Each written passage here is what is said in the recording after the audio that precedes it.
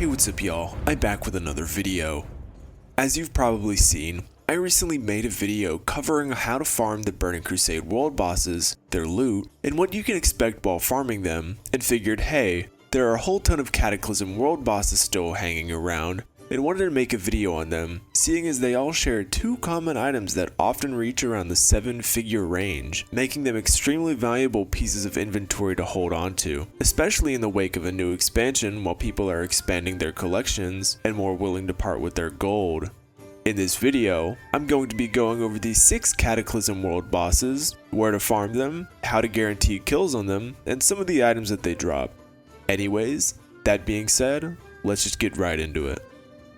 The first boss that I wanted to cover was Akmahat, which you can find here in Oldham.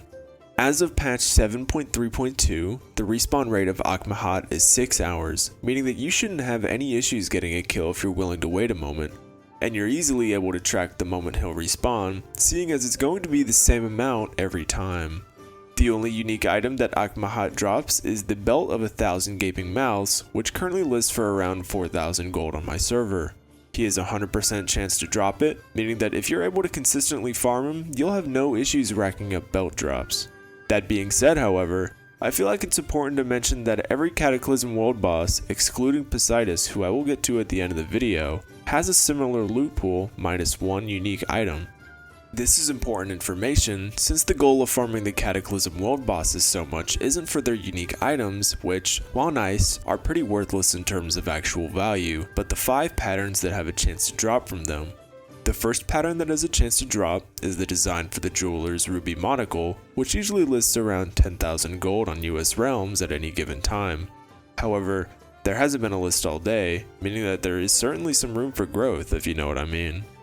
The next pattern that has a chance to drop from almost all of the Cataclysm world bosses is the design for the Jeweler's Sapphire Monocle, which usually lists for around 20,000 gold on average across US realms.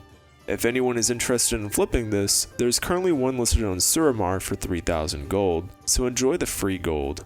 The third design is the design for the Jeweler's Amber Monocle, which is currently listing for just short of 70,000 gold on my realm. This pattern in particular often sees listings over 6 digits, so it's pretty interesting to have seen the price dip so drastically recently. The next pattern is the design for the Rhinestone Sunglasses, which usually lists for around 1 million gold. These are a gold farming staple design that can be obtained from all the Cataclysm world bosses aside from Poseidus, and have even had historical price points worth over 5 million gold.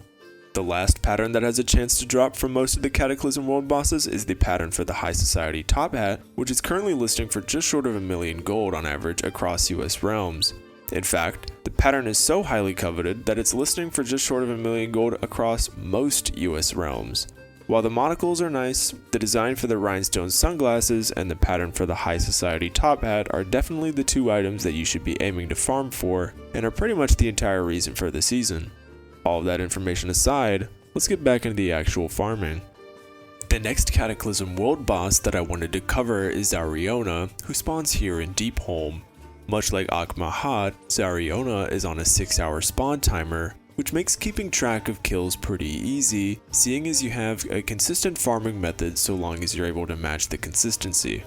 Zariona drops Zariona's Spectral Gauntlets, which usually list for around 1,500 gold, or 1 gold if you decide to disenchant them for the Maelstrom Crystal. It's worth mentioning that you can loot Cataclysm world bosses more than once per day, as pointed out in this forum post that I will not share the OP of since I don't feel like it.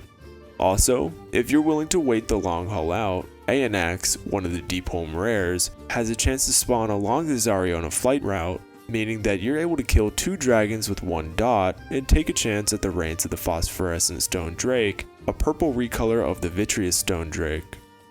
The next world boss I wanted to cover is Gar, who spawns here in Mount Hyjal.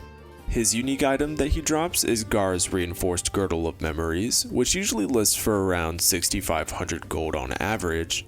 Gar, like Ragnaros, is a boss that originated from the Molten Core, and like Zariona and Akmahat, has a 6-hour, on-the-nose respawn timer, making him quite easy to farm since you're able to consistently track his uptime.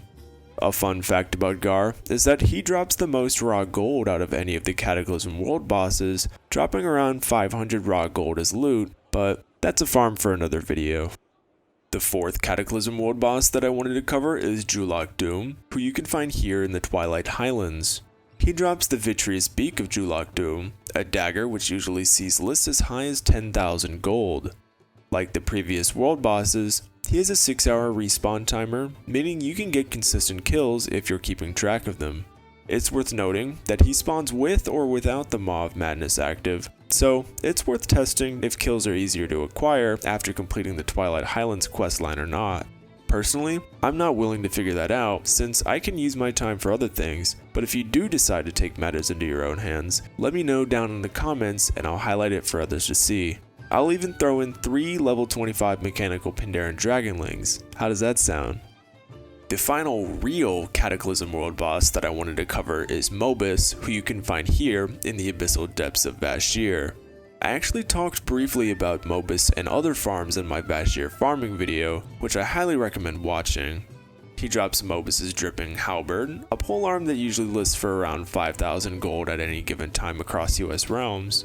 Unlike the other Cataclysm world bosses, Mobus' spawn timer sits between 2 and 4 hours, meaning that it's much harder to track, but probably still easier to secure kills on since you won't have to wait as long.